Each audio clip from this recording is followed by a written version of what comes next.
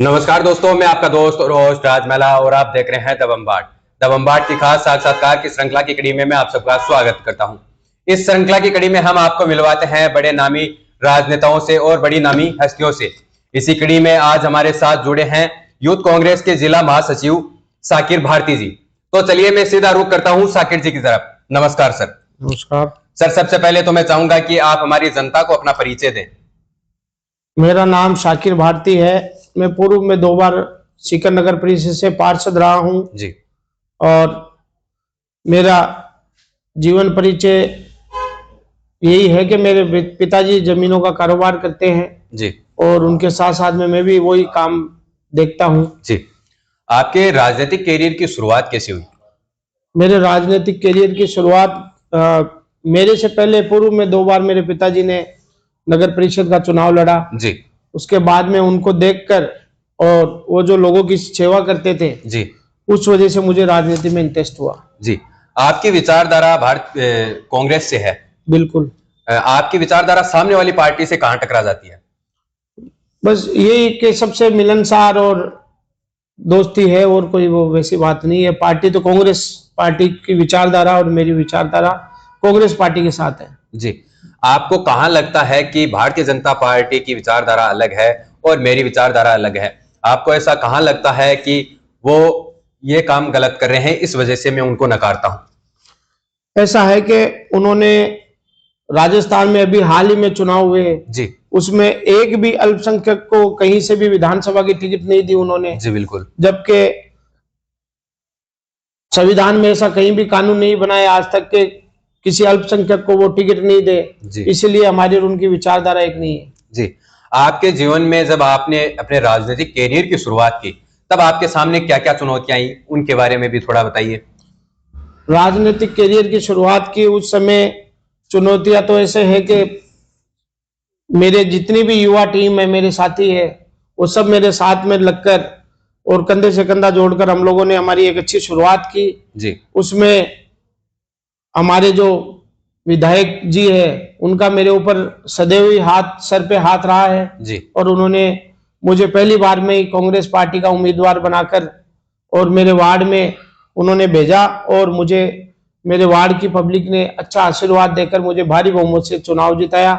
जी। जो वार्ड मेरा आज 4 वार्डों में विभाजन हो गया है परिसीमन के दौरान।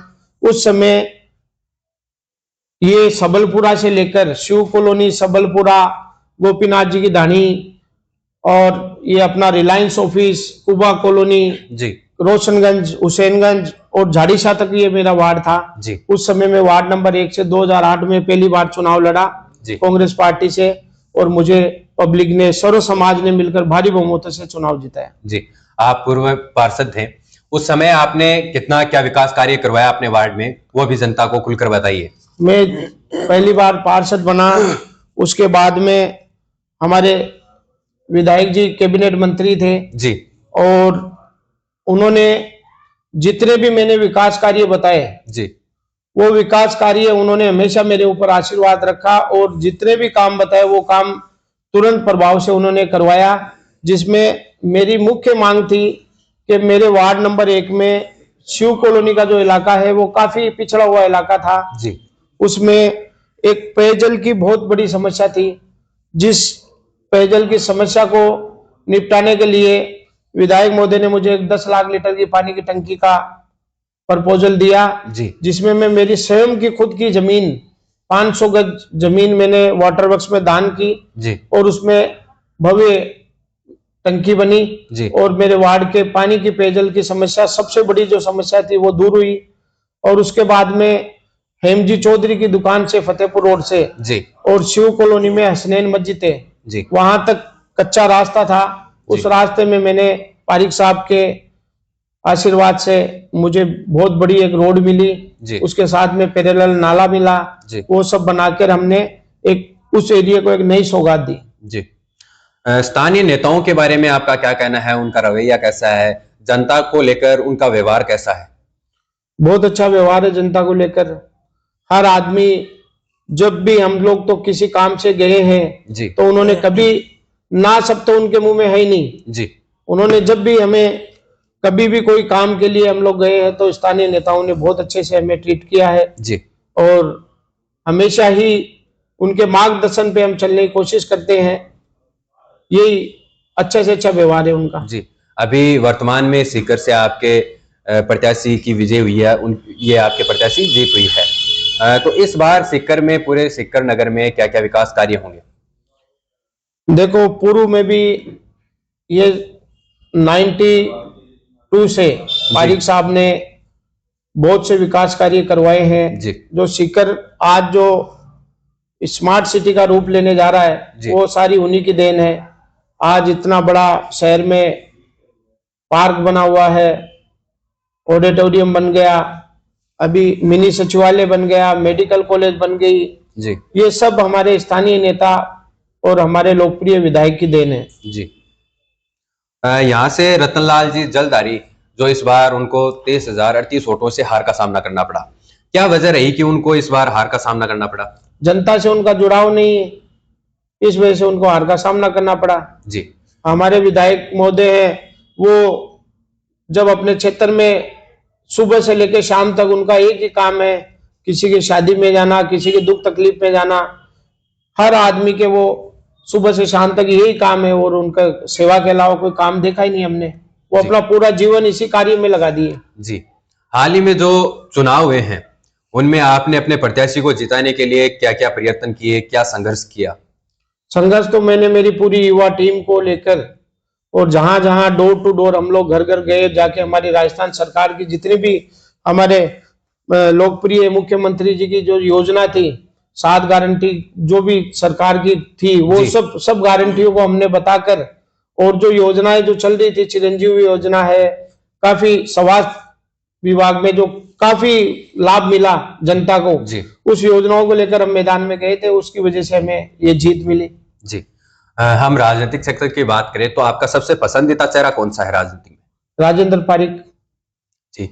ये तो आप यहाँ पर लोकल हो गया। पूरे भारत की बात करें तो सबसे पसंदीदा चेहरा? राहुल गांधी। क्यों?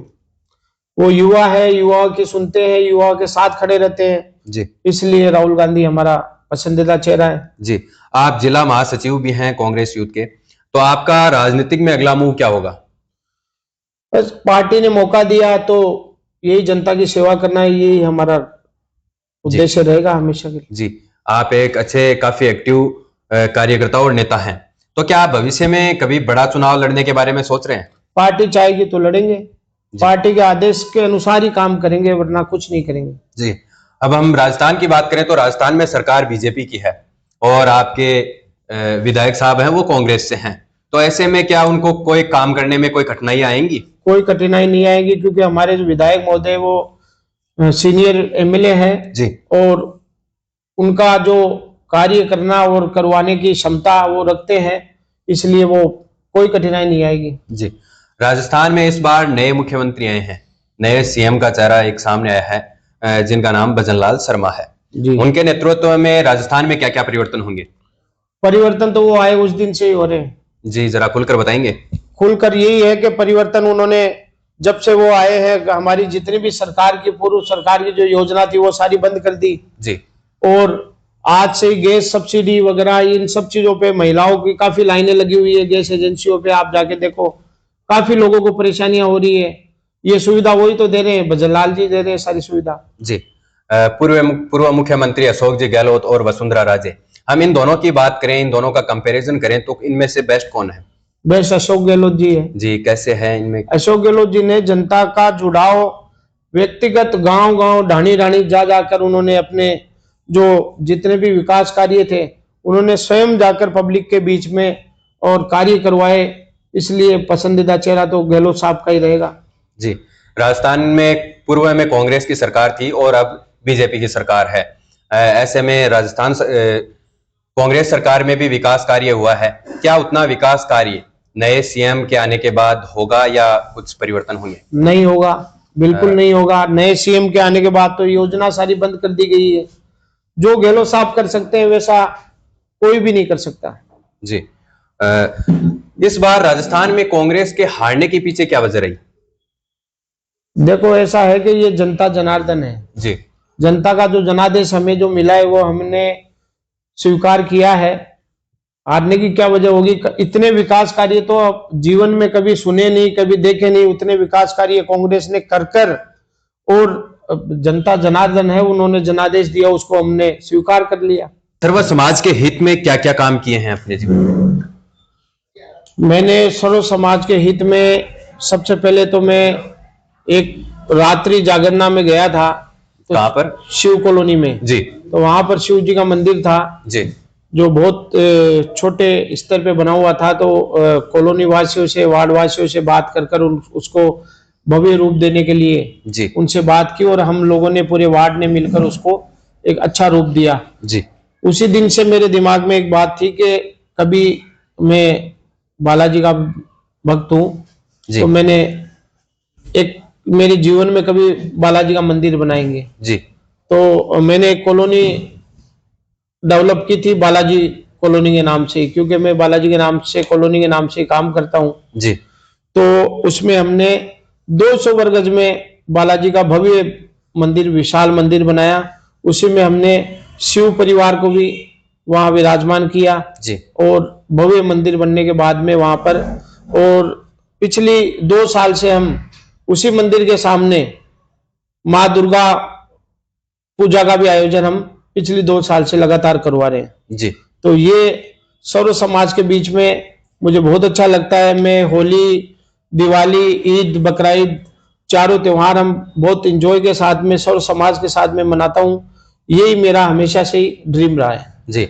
आप इस दुनिया में एक नई मसा कायम करने जा रहे हैं। आप मुस्लिम समाज से होकर हिंदू समाज के धार्मिक स्थलों का निर्माण कर रहे हैं। ये एक ऐतिहासिक बात होगी। इससे जनता में भी एक पॉजिटिव संदेश जाएगा।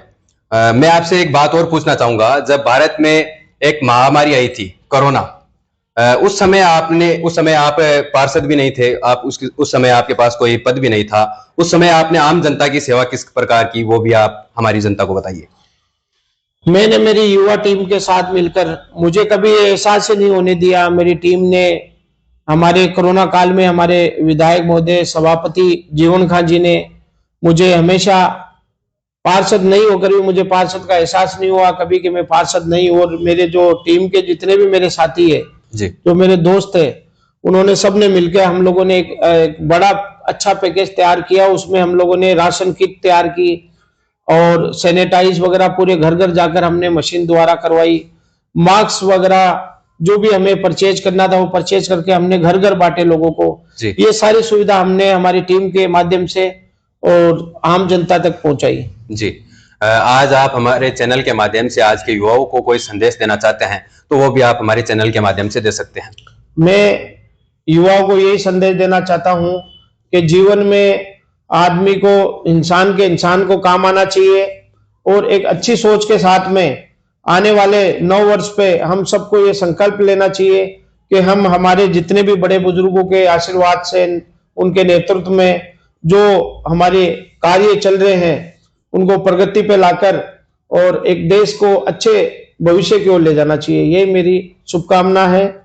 धन्यवाद जी। हमारे चैनल के बारे में भी कुछ बताइए ताकि आम जनता को पता चले। आपके चैनल का मैं बहुत बड़ा फैन हूं, क्योंकि आपके चैनल द्वारा मुझे काफी न्यूज वगैरह प्रोवाइड हुई है। क्योंकि अभी हाल ही में जो विधानसभा चुनाव हुए हैं, उसमें आपके चैनल द्वारा जहां जहां भी आप लोगों ने लाइव का जो प्रसारण किया, वो सब देखकर हम लोग एक्टिवेट होते थे कि यार कौन से इलाके में क्या क्या चल रहा है, कहाँ इलेक्शन को लेकर मुहिम, कौन कौन नेता, कौन कौन सी पार्टी का नेता कहाँ क्या कर रहा है, वो सब हम आपके चैनल के माध्यम से और एक्टिवेट होते थे। उसके बाद में हम हमारे विधायक महोदय के लिए कार्य करते थे। जी। मैं भगवान से, मालिक से ये अरदास करूंगा कि आप जैसा नेता हमें बहुत कम देखने को मिलता है, जो सर्व समाज के बारे में सोचता है। राजस्थान को आप जैसे नेताओं की बहुत जरूरत है। तो मेरी यही आस है, मेरी यही उम्मीद है कि आप एक ऊंचे लेवल पर जाकर चुनाव लड़ेंगे, विजय होंगे और इस राजस्थान का नेतृत्व करेंगे। यह मैं मालिक से अरदास करूंगा। आपसे मिलकर बहुत अच्छा लगा। दोस्तों, आपको इनसे मिलकर कैसा लगा, ये आप हमें कमेंट बॉक्स में बताइएगा।